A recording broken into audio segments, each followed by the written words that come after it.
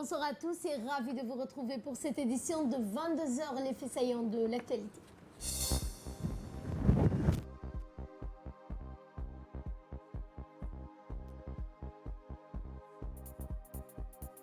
Le lancement des travaux de Demerjouk. Dans l'actualité internationale, à Gaza, inquiétude face à l'évolution du coronavirus.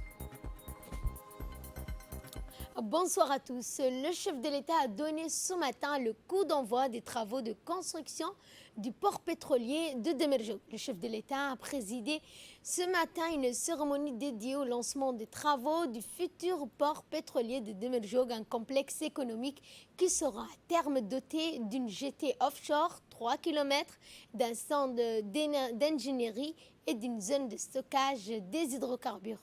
La suite avec Hamza Mohamed. Le président de la République, M. Ismaël Omar Guelleh, a lancé officiellement les travaux de construction du port pétrolier de Demerjouk. La population locale de Demerjouk a réservé un accueil chaleureux au président de la République dès son arrivée sur ces sites.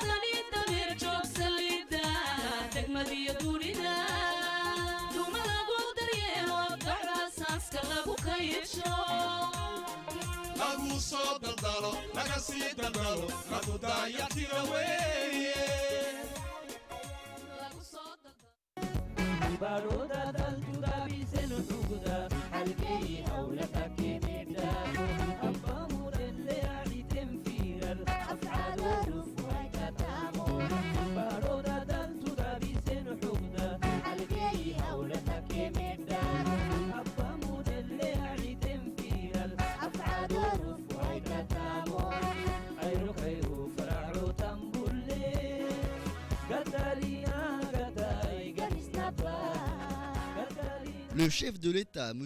Ismaël Omar Guelleh, a présidé aujourd'hui une cérémonie dédiée au lancement des travaux du futur port pétrolier de Demerjouk, un complexe économique qui sera à terme doté d'une jetée offshore de 3 km, d'un stand d'ingénierie et d'une zone de stockage des hydrocarbures.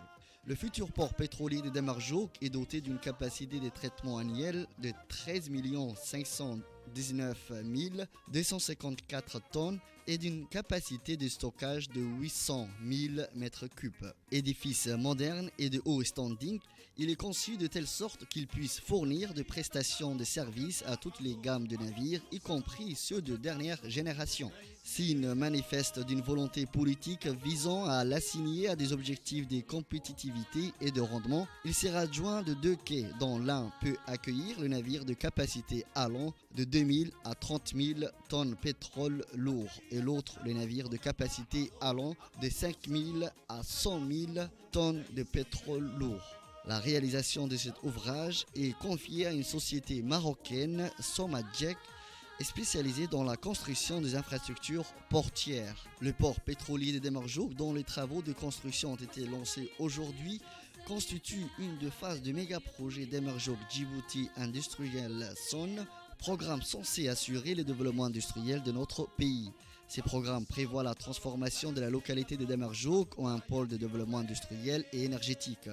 Il s'agit d'un pôle qui est déjà prêt pour abriter des industries lourdes, notamment la sidérurgie, la métallurgie, les firmes spécialisées dans la transformation des hydrocarbures, les usines pour matériel de construction. Ces pôles intègrent également l'espace prévu pour l'accueil d'un chantier de réparation des navires et d'une centrale fournissant de l'électricité à partir de l'énergie solaire. Le membre du gouvernement et du Parlement, parmi lesquels le ministre de l'énergie chargé des ressources naturelles, M. Younis Ali Guedi, ont pris part à la cérémonie de lancement des travaux de construction de futurs ports pétroliers de Demerjouk. A noter également la présence à cet événement du président de l'autorité des ports et des zones franches, M. Aboubakar Omar Hadi. Et en entamant la série des interventions, le PDG de la société Somadjek a cité les expertises de la société marocaine dans le domaine des infrastructures portières. Intervention que je vous propose de suivre.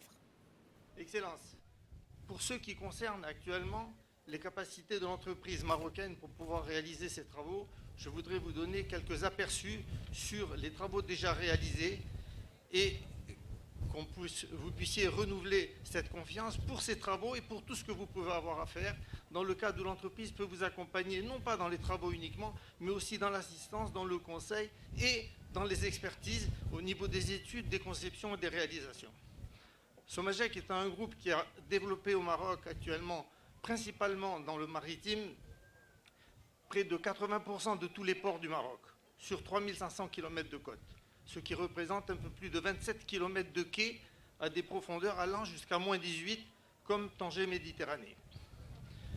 Somagec n'a pas développé qu'au Maroc. Somagec est sorti il y a une vingtaine d'années en Afrique. Elle a commencé par le Sénégal, où elle a développé au Sénégal tout le développement portuaire du Sénégal dans la réhabilitation du port de Dakar, qui était un projet qui était attendu de près de 30 ans par les autorités sénégalaises.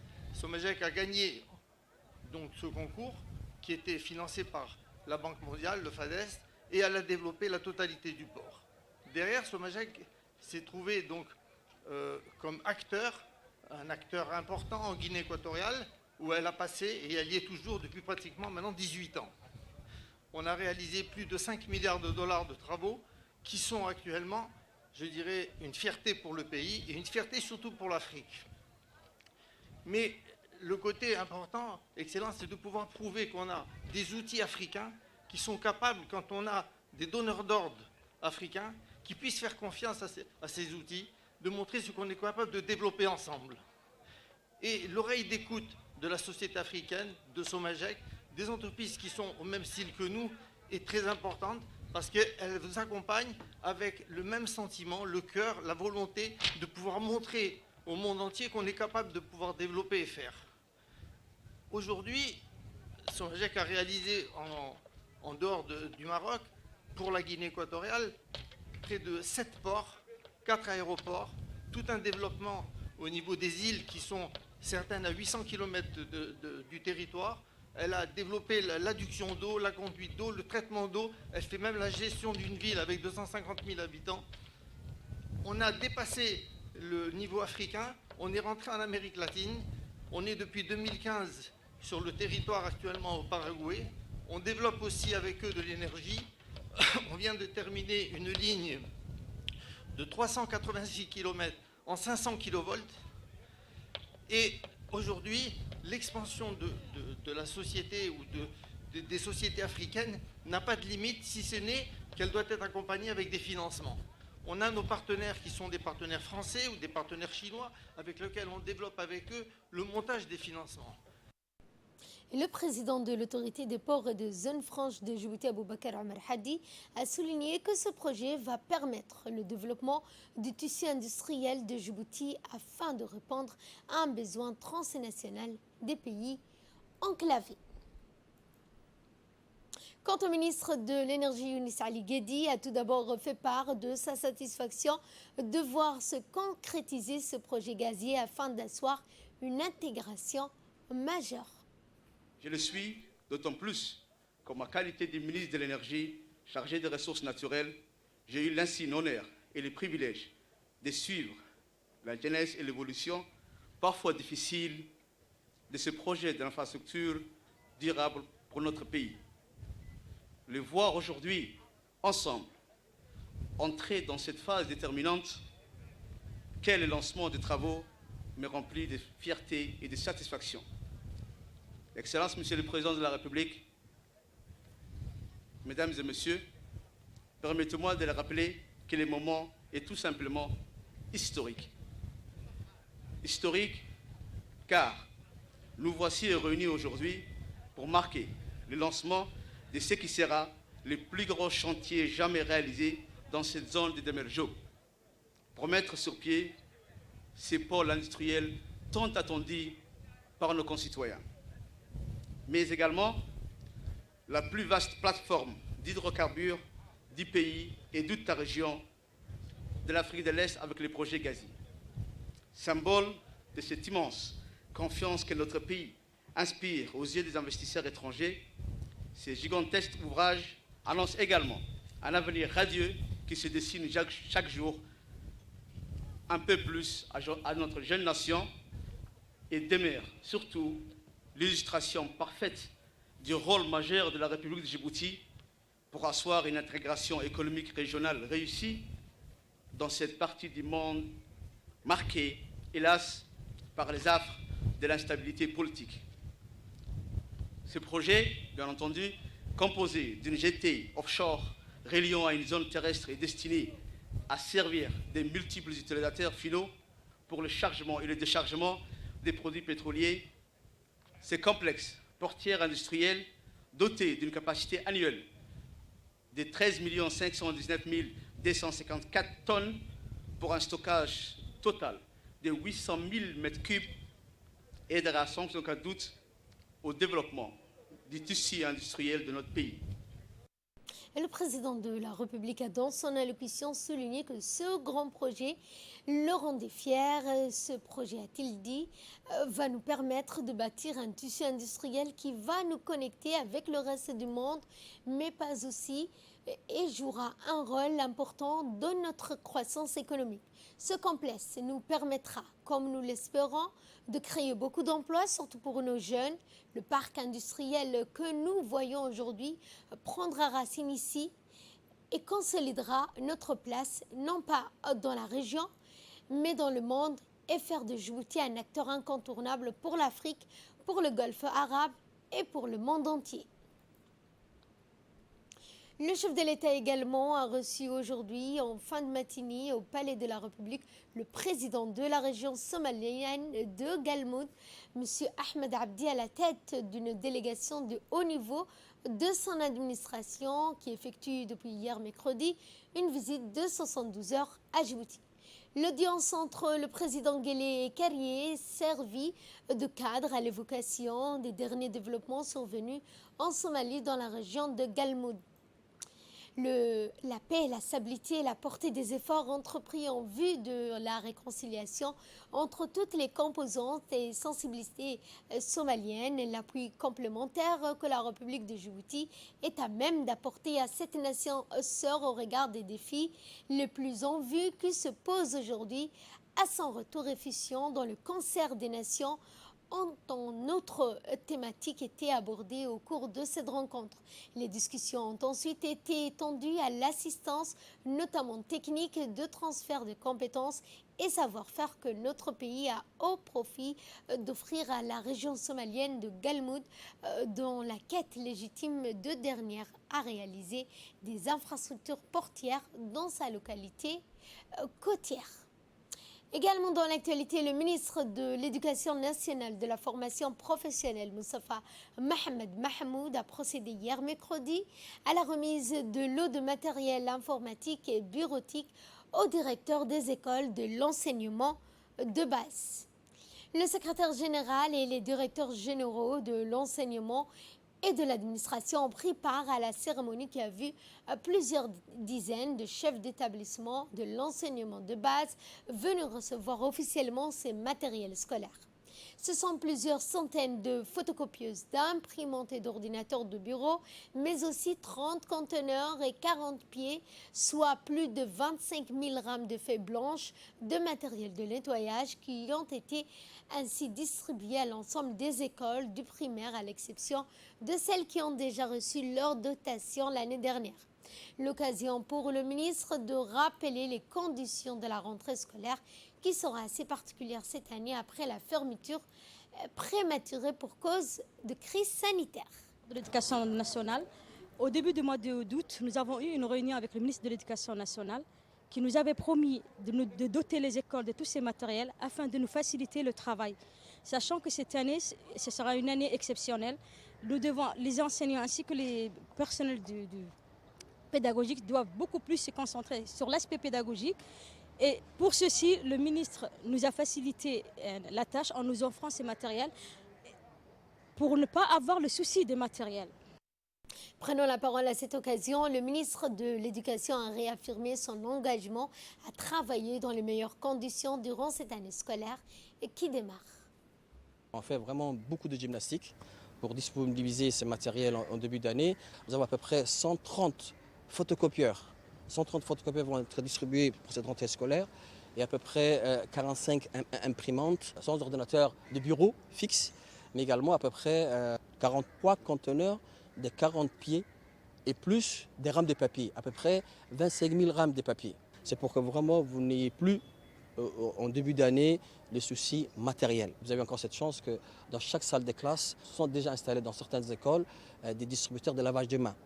Au moins 2 dans chaque salle de classe, mais également dans le bureau du directeur où également nous allons mettre un distributeur pour bien sûr se désinfecter les mains, mais également de réservoirs d'eau et notamment des stations de lavage des mains à l'intérieur de la cour de récréation.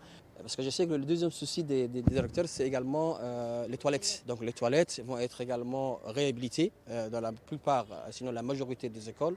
Ils vont être, bien sûr, on va rajouter des toilettes supplémentaires. Ça, c'est un autre challenge que nous sommes en train également de faire, de disponibiliser des personnes de manière permanente qui vont rester pour nettoyer vraiment et rendre les toilettes opérationnelles et propres. Il y a derrière une équipe qui travaille pour vous. Et nous sommes à votre service et vous êtes au service, bien sûr, des élèves. Donc vraiment, ça nous fait plaisir de vous faire plaisir. Et nous allons cette fois parler de l'évolution de la situation du Covid-19 à Djibouti. Sur 351 tests réalisés en ce 3 septembre, 0 personnes ont été diagnostiquées positives, 0 cas de décès ont été rapportés. Protégez-vous, protégez les autres, restez vigilants. Dans le reste de l'actualité, la mairie de la ville de Djibouti, en collaboration avec la préfecture et la police nationale, ont procédé hier à une vaste opération de verbalisation dans la commune de Razdiga. Cette opération consistant à verbaliser pour toute personne qui dépose, abandonne ou jette et également déverse tout type de déchets sur la voie publique. L'opération s'est déroulée sous la supervision du sous-préfet de l'arrondissement du Plateau, Awale Mohamed, et le président de la commune de Razdiga. Cette opération se poursuivra dans les autres communes de la capitale afin de préserver la propreté de la ville.